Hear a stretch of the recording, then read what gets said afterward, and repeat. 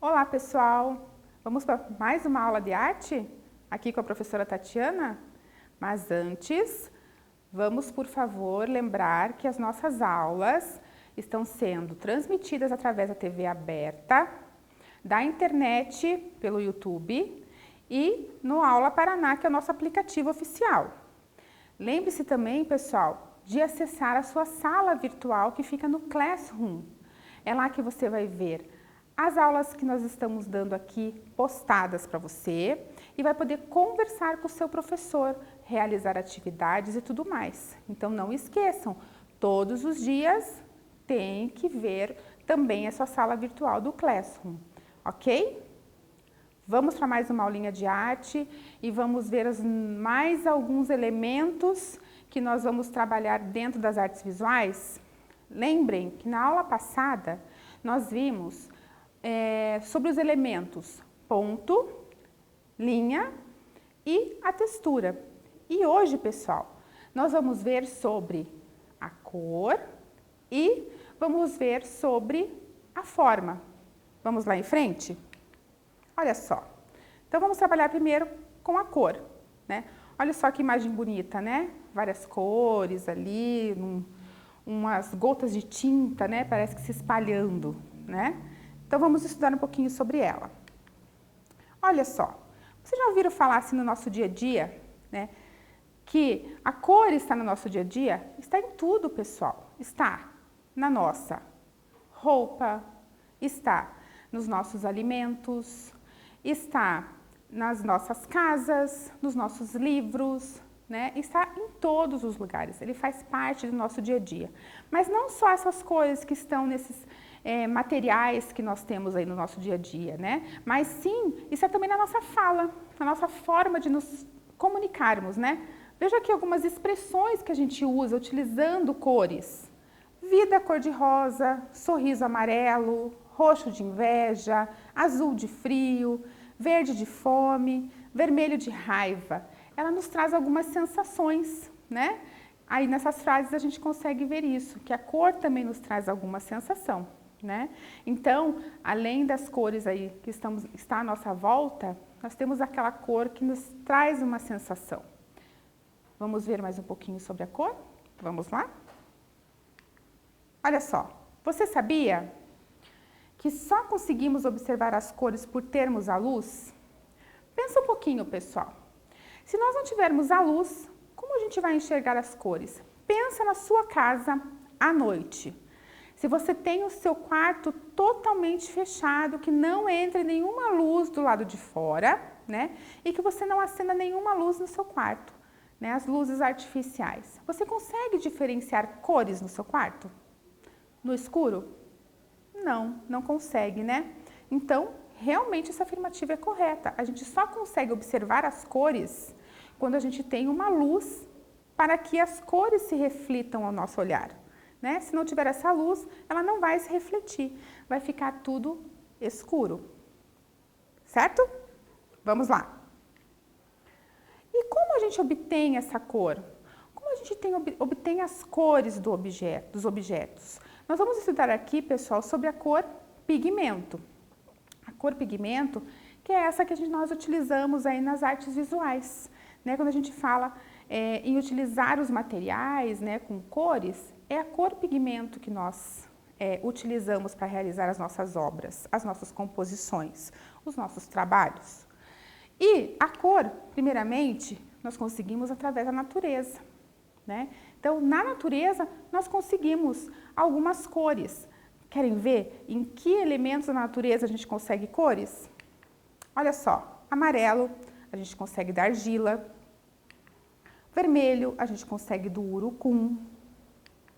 O preto, do carvão misturado com genipapo. E o azul, do genipapo. Aí você me pergunta, mas professora, o que é urucum? Professora, o que é genipapo? Ah, vocês nunca viram? Olha só. Primeiro, vamos pensar quem é que utilizava a cor pigmento naturalmente. Pensa em alguém aqui do Brasil. Quem utilizava esses pigmentos naturais? Pensaram? Lembraram? Vamos ver quem era? Os índios, os nossos indígenas. Os nossos indígenas utilizavam, lá desde de 1500, quando o Brasil foi colonizado pelos portugueses, né? Que os portugueses vieram aqui para o Brasil, a gente já via que eles faziam as cores, pigmento, para atingir alguma coisa através da natureza. Olha só a pintura corporal desses índios aqui, né? A gente vê ali o vermelho, que é do urucum, a gente vê o preto, que é a mistura do carvão com o jenipapo, né? Então, nessa imagem ali, o amarelo também, nós vemos ali numa pintura que aparece o amarelo, que é da argila, né? Inclusive, esse tons de amarelo na argila, são vários tons diferentes que se consegue, né? Então, pessoal, pensa nos índios retirando isso da natureza. E ele retirava, então, o vermelho do urucum, que é uma fruta, pessoal. Olha só, olha ali a fotografia do urucum, né? Que a pessoa abriu e já está mexendo ali, nos próprios dedos dela já aparece a tonalidade vermelha do urucum, né? E o jenipapo, olha a sementinha ali dentro, que aparece já as tonalidades de azul, né? Que se tirava o tom de azul e que ele usava para também dar liga ali no carvão e no preto, tá? Então, cor pigmento que tinge alguma coisa ali tiradas da natureza. E nós temos também a artificial, que é aquela criada por nós, né? Que nós criamos, que nós produzimos, as cores artificiais. E aonde que a gente encontra essas cores artificiais? Olha só, no nosso lápis de cor, na nossa tinta bastãozinho, que é para pintar tela e tudo mais, na tinta de pintar parede, na tinta para pintar tecido, na tinta da impressora, em várias outras coisas que envolvem aí a tinta pigmento. Conhecendo as cores. Quando estudamos sobre a cor pigmento, podemos classificá-la de acordo com suas misturas. Ah, muito bem! A gente viu ali que tem o vermelho, tem o amarelo, tem o azul, né? E como é que a gente consegue todas essas outras cores, né? Então, a gente consegue fazer a partir de misturas, né? E quais são as cores? Como é que eu faço essas misturas? Vamos ver aqui comigo? Vamos ver como isso acontece? Vamos lá. Cores primárias. Então, dentro das cores, quando a gente estuda as cores, nós temos uma classificação. E a partir dessa classificação que a gente vai ver como é que essas misturas acontecem. O que são as cores primárias? São aquelas chamadas de cores puras e não são formadas de nenhuma outra mistura. Então, pensa lá. Quais será que são essas cores primárias? Quais são as cores pigmento primárias que eu tenho, que não provém de nenhuma outra mistura? Vocês sabem? Lembram? Porque eu acho que vocês já viram isso em outros anos. Vamos ver? São as obtidas, com a combinação dessas cores, são criadas muitas outras tonalidades, que é o que eu já acabei de falar para vocês, né? Então, conseguimos a partir das cores primárias. São elas: azul, amarelo e vermelho. Então, são 3 cores primárias, tá? O azul, o amarelo e o vermelho. Estas cores não vêm de nenhuma outra mistura, ok? Vamos em frente. Cores secundárias. São aquelas que nascem da mistura de 2 cores primárias. Ou qual serão as cores que eu consigo misturando lá? O azul, o amarelo e o vermelho. Já pensaram? Lembram de alguma coisa sobre isso? Ah, eu tenho certeza que vocês lembram. Vamos ver quais são as 3 cores secundárias? Verde, laranja e violeta. Então, pessoal, misturando as 3 cores primárias, a gente tem 3 cores secundárias. Puxa vida, professora, mas como é que eu consigo esse verde, esse laranja e esse violeta? Como eu consigo isso, professora? Quais Quais são as misturas que dão essas cores? Aí, misturando as cores primárias. Vamos ver? O verde, temos a mistura do amarelo com o azul. O laranja, temos a mistura do amarelo com o vermelho. E o violeta, temos na mistura do vermelho com o azul. Então, essas são as possibilidades de mistura das 3 cores primárias que resultam nas 3 cores secundárias. Professora, e as demais cores? Como é que funcionam as demais cores, professora? E também é misturando uma cor com outra que a gente consegue? Ou é a partir só das 3 cores primárias? Vamos ver aí se existem essas outras misturas para a gente descobrir? Vamos lá? Olha só, tem as cores terciárias. São aquelas que nascem da mistura de uma cor primária com uma cor secundária, né? Então, vamos pensar. Uma cor primária com uma cor secundária. Vamos ver um exemplo aqui? Azul. Se eu misturar o azul com o violeta, eu vou ter um azul, que eles chamam de azul arroxeado, ou violeta azulado, também conhecido. Dessas 2 formas são conhecidas, tá? Tanto como azul arroxeado, como violeta azulado. Fica um tom aí que a gente olha e fala, mas será que é azul? Será que é violeta? Né? Fica lá naquela dúvida. Aqui, ó, aparece esse círculo, onde aparecem as posições das cores primárias e secundárias e terciárias. Muito bem, nós vemos ali as 3 cores primárias, aqui, aqui e aqui, que está mostrando ali em cima, né, que é o amarelo, o vermelho e o azul. Aí, posicionando ali a mistura do amarelo com o vermelho, que dá o laranja, que está mostrando aqui, ó, pessoal. Aí, nós temos aqui a mistura do vermelho com o azul, que vai dar o violeta, né? E nós temos daí a mistura do azul com o amarelo, que vai dar o verde. E as terciárias, que são o amarelo alaranjado, o vermelho alaranjado, o vermelho arroxeado, o azul esverdeado, o amarelo esverdeado. Tá? Então, nós notamos aqui que neste círculo tem posições corretas, né, das cores primárias, secundárias e terciárias, né? Que as terciárias, né, estão entre as cores secundárias e primárias, e que a secundária está entre as cores primárias, nas suas misturas, tá? Vamos em frente?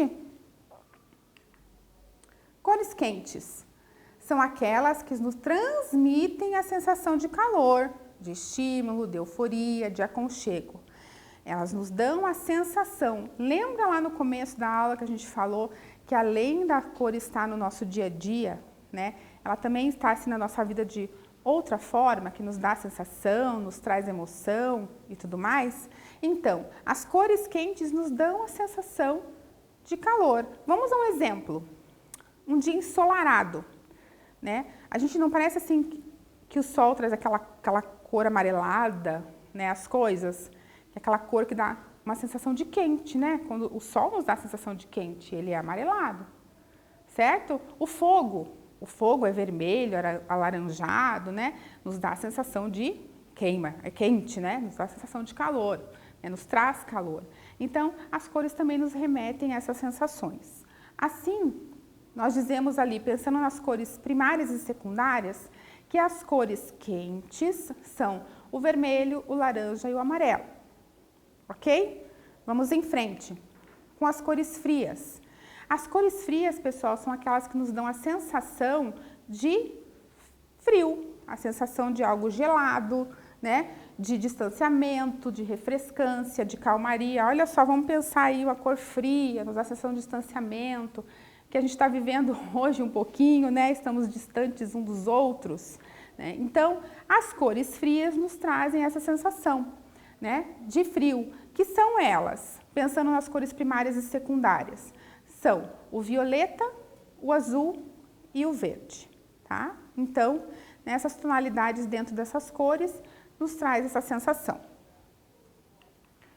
Aqui, ó, no círculo, esse círculo aqui a gente chama de círculo cromático, nós temos aqui o lado em que estão as cores quentes e o lado em que estão as cores frias, né? Então, nós notamos aqui, né, que do esverdeado, né, até os tons que misturam azul, né, eles têm cores frias. E as cores quentes aqui do amarelo até os tons que misturam o vermelho, as cores quentes, certo? E que elas ficam separadinhas ali no círculo cromático por causa daquela composição de colocações das cores ali quando a gente faz as junções delas. Olha só, cores neutras. São aquelas que podem deixar todas as outras cores mais claras ou mais escuras. Quais será que são as cores neutras? Pensando que elas podem escurecer ou clarear as cores, quais serão elas? Já pensaram aí? Lembram? Ah, tenho certeza que lembram. Vamos ver. Branco. Vamos pensar ali no desenho da estrela que está dentro do desenho, tá? Não no contorno. Preto e cinza. Essas são as três cores neutras. Vamos pensar que o branco, né, é utilizado para clarear, e que o preto é utilizado para escurecer. Muito bem, aí vem você e me diz assim, professora, e o preto? Como é que eu consigo este preto? Eu misturo e não consigo preto, professora. Eu não tenho preto, preciso do preto, daí como é que eu faço? Muito bem, na cor pigmento, a gente faz assim, ó. Mistura as três cores primárias, o amarelo, o vermelho e o azul, e você vai ter o preto. Só que, pessoal, precisa ser na mesma quantidade. Se você colocar quantidades diferentes de alguma dessas cores, não vai dar preto, tá? Tem que ser exatamente a mesma quantidade, certo? E o cinza, professora? Como que eu consigo esse cinza? O cinza, você consegue da mistura do branco com o preto, certo? Nós temos cinza. É claro, coloco lá quantidade de branco, 1 grama, quantidade de preto, 1 grama, eu vou ter um tom de cinza, certo? Aí, quando eu quero fazer tons de cinza mais claro, eu misturo mais branco. Quando eu quero tons de cinza mais escuro, eu misturo mais preto, certo? Vamos em frente. Monocromia. Vocês já viram falar em monocromia? O que é monocromia? São as tonalidades de uma mesma cor obtidas pela mistura do branco para clarear e do preto para escurecer. Mono, pessoal, vem de único. Cromia vem de cor. Então, quando a gente fala em monocromia, a gente está falando de uma única cor. É o estudo de uma única cor, que nós mostramos aqui nessas imagenzinhas, que podem clarear ou escurecer. No caso aqui, clareamos o amarelo para tons de amarelo até mais claro, tons de vermelho, olha só, daí você vai pensar assim, mas professora, é rosa, realmente. Se nós misturarmos branco com vermelho, ele vai nos dar vários tons de rosa. E aqui o azul, né? Clareando as tonalidades do azul. E se eu quero escurecer as cores, eu misturo o preto. Então, monocromia é isso daí, é o estudo das tonalidades das cores, do mais claro ao mais escuro, certo? Vamos lá? Policromia. Mono quer dizer um, poli, pessoal, quer dizer vários, cromia, cor. Então, quando a gente fala em produção artística policromática, nós estamos falando na utilização de várias cores, ok? Vamos lá, ó. Aqui nós temos nessa primeira imagem, né, vários quadradinhos de várias cores, então esse trabalho ali é policromático. E aqui nós temos a Sinfonia Nordestina, foi feita em 2008 por Beatriz Milhazes. É uma artista brasileira, tá? Que faz composições, no caso desta composição aqui, utilizando embalagens, pessoal. Isso mesmo. Pensa, ela guardava muitas embalagens de bala, de chocolate, ela tinha uma coleção, era um hobby, guardar tudo isso. Um certo dia, um amigo deu uma sugestão para ela, por que você não usa essas embalagens que você tem, esse monte de embalagem que você tem, e transforma em arte? e ela aceitou essa ideia e fez trabalhos utilizando as embalagens de balas, de chocolates, de biscoitos e transformou em suas obras, uma delas que nós estamos vendo aqui. Bem interessante, não é? E são obras policromáticas, utilizando várias cores. Vamos lá? Há um teste? Vamos ver se vocês entenderam tudo o que eu falei? Vamos lá? Eu vou ler para vocês, ok? Quando misturamos as 3 cores primárias na mesma quantidade, obtemos a cor marrom ou preta. Um tempinho para vocês pensarem, responderem e eu volto logo.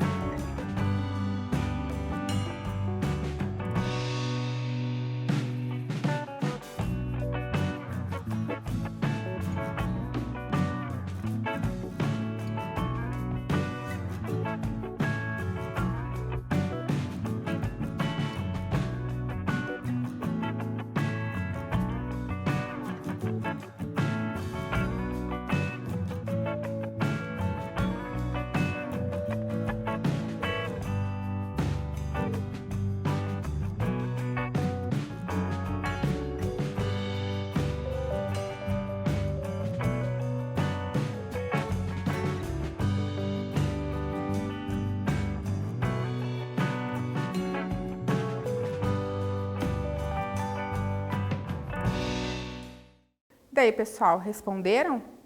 Por favor, me digam que vocês responderam. Vocês não estavam lá escondidos dentro do guarda-roupa, lá em Nárnia, e não responderam, né? Super fácil, a gente acabou de ver sobre isso. Vamos ver qual é a resposta certa? O preto, lembram? As 3 cores primárias na mesma quantidade, sempre na mesma quantidade, vai dar o preto. Beleza? Ok? Vamos em frente, então.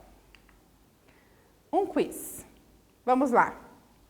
As cores podem nos transmitir diversas sensações.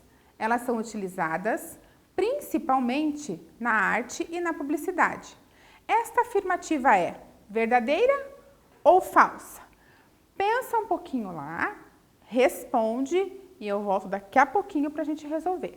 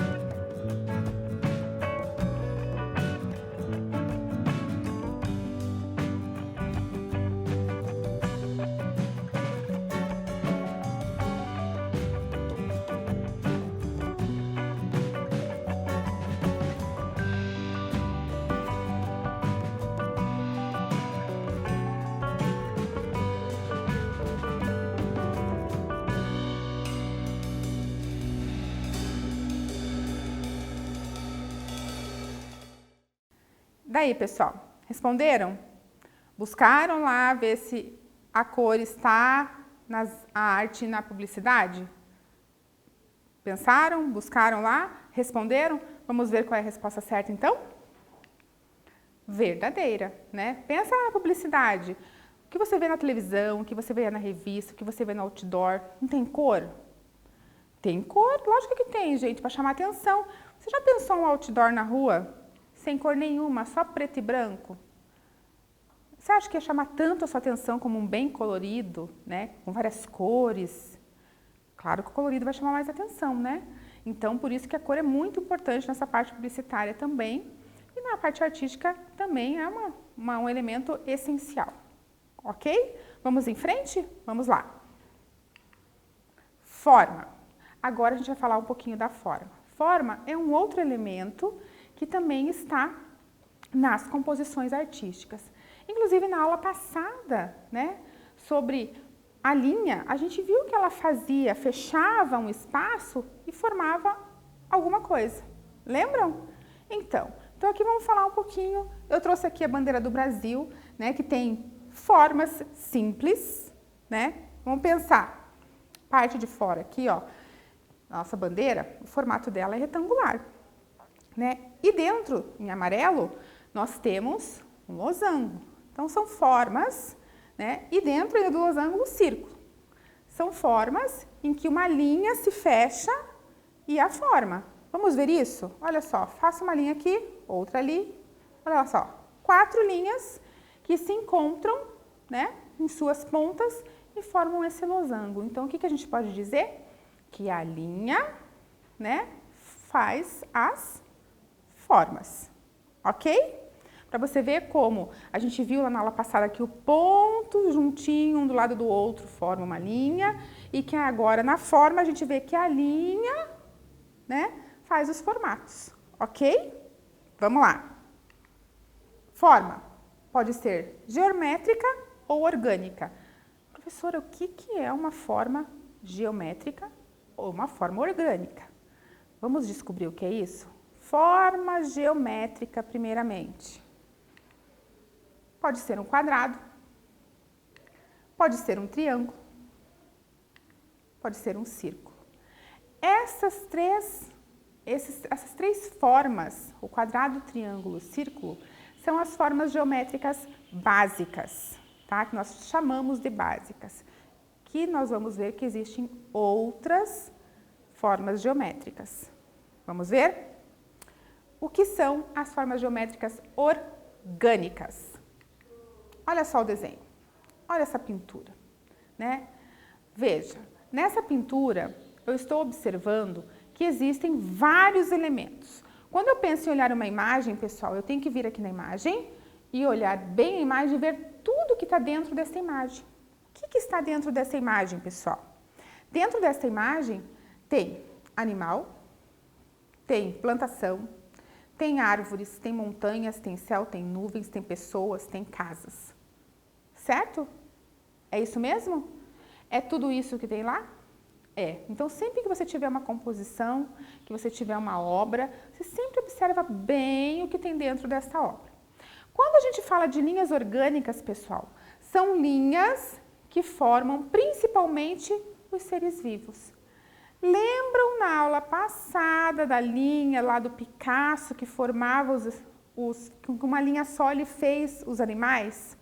Que eram linhas livres, que formam animais, árvores, flores, nós seres humanos, essas são formas orgânicas, ok?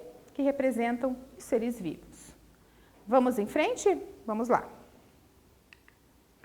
Mas ela também pode ser simétrica ou assimétrica.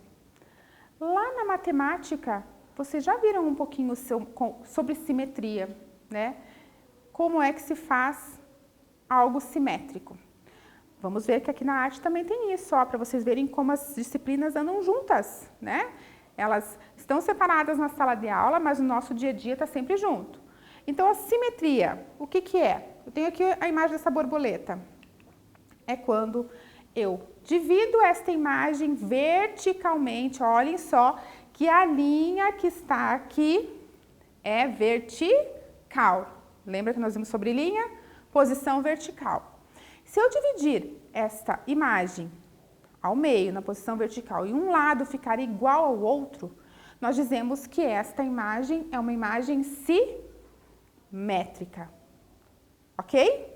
Agora, se eu tiver uma imagem como essa, passar uma linha verticalmente nesta imagem, um lado está igual ao outro, o que vocês me dizem? Observando aqui, estas pétalas estão iguaizinhas às posições dessa daqui? Não estão, não é? Está diferente, um lado está diferente do outro. Então, nós chamamos essa figura de assimétrica. Então, dois lados iguais, simétrica. Dois lados diferentes, assimétrico. Entenderam? Legal? Compreenderam bem? Vamos em frente, então?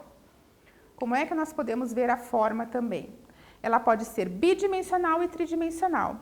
Olha só essa imagem aqui, pessoal. Bidimensional e tridimensional. Qual é a diferença do bi e do tri? Pensa no bidimensional. Bi. O que o prefixo bi quer dizer, pessoal? Quer dizer dois. Bi, em qualquer palavra que tenha esse prefixo, quer dizer dois. Entendido? E o tri? Tri, em qualquer palavra que esteja esse prefixo, quer dizer três. Vamos pensar no futebol, que é algo assim que vocês têm bastante, estão sempre vendo, né? Tem bastante contato. Bicampeão, tricampeão, bicampeão, campeão 2 vezes, tricampeão, campeão 3 vezes. Então, esse bi e tri, qualquer palavra quer dizer 2 ou 3. Entendido? E nesta imagem que eu tenho aqui, eu a considero como bidimensional. E por que eu considero como bidimensional, pessoal? Porque ela tem 2 dimensões. Ela tem altura e tem largura. Então, quando a gente fala que uma figura é bidimensional, essa figura tem altura e largura, tá? Isso quer dizer que ela não tem volume nenhum, ela é plana. Entendido? Muito bem. Agora, tridimensional. Tridimensional eu tenho 3 dimensões, como a gente viu, certo? Então, ela é uma imagem que tem altura, largura e profundidade. Vamos lá. Altura, largura e profundidade. Entendido? Fácil, né? Não é difícil, tá? Só tem que prestar bem atenção quando observar as obras, certo? Vamos em frente. Formam composições abstratas e figurativas. Opa, o que são abstratos e figurativos? Vamos ver. Olha só. Esta é uma composição abstrata. A primeira imagem, a de cima, é uma composição abstrata. Por que ela é abstrata? Lembram que eu falei para vocês na aula anterior que abstrato é aquele que não forma a imagem da realidade? Que a gente não reconhece nenhuma imagem real aqui, né? Então, eu reconheço um pássaro? Não. Eu reconheço uma pessoa? Não. Eu reconheço uma casa, uma árvore? Nenhuma imagem real, certo? Então, eu me utilizo de linhas, utilizo de cores, eu me utilizo de formas na minha composição, para transmitir o que eu quero, ok? Então, ela é uma composição com formas abstratas.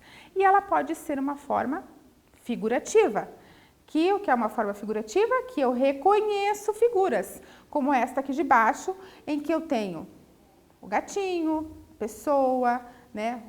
A galinha, a ovelha, o porquinho, o cavalo, a vaca, o burro, todos eles ali.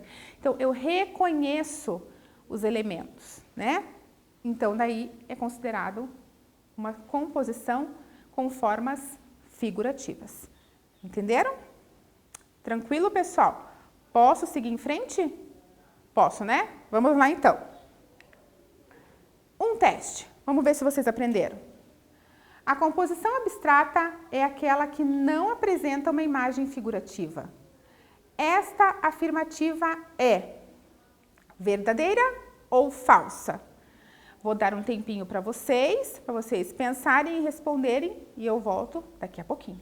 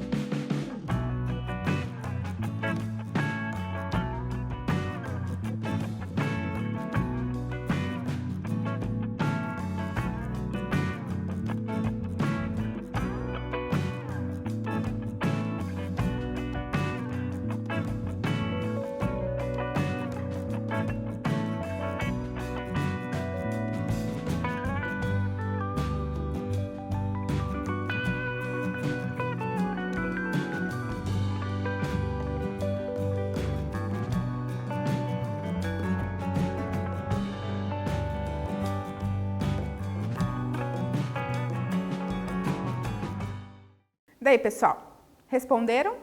Conseguiram terminar? Conseguiram, né? O tempinho foi bom. Vamos lá, então, a resposta, se ela é verdadeira ou falsa? Resposta verdadeira, né, pessoal? A forma abstrata é aquela que a gente não reconhece figura na composição, ok? Vamos para mais um exercício? Vamos para um quiz agora? Vamos lá.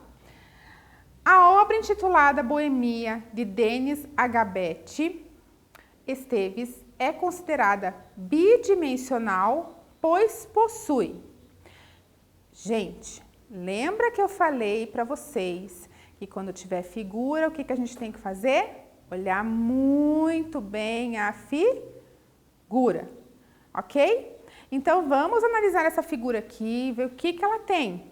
Que elementos ela tem aqui? Ela tem 3 pessoas. Esta aqui está tocando uma flauta, este aqui está tocando o violão, esse aqui está com um pandorim, né? Eu tenho aqui uma linha do horizonte aqui, ó, que divide a terra, as montanhas do céu, né? Aqui nós temos montanhas. Então, sempre, pessoal, sempre que vocês estiverem numa questão, uma imagem, primeira coisa, procurem olhar todos os elementos que essa imagem possui, ok? Aqui na questão, então, está nos perguntando que ela está nos dizendo que ela é considerada bidimensional e ela quer saber por quê. E vocês vão responder lá com a letra A, somente largura, B, altura e largura, C, somente altura, D, altura, largura e profundidade. Vou dar um tempinho para vocês e daqui a pouco a gente volta.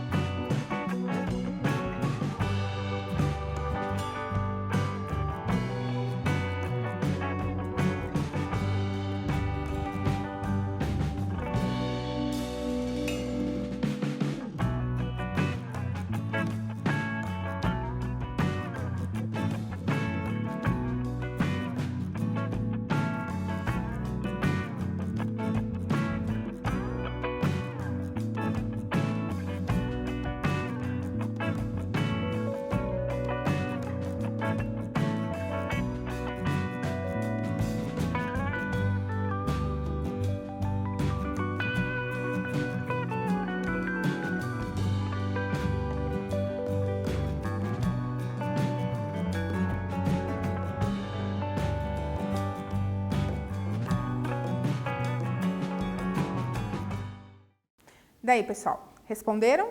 Conseguiram chegar aí à conclusão da resposta? Se é a letra A, B, C ou D? Vamos em frente para ver? Letra B, altura e largura. Lembram? Bidimensional tem duas dimensões. Então, a correta é altura e largura. Muito bem, pessoal.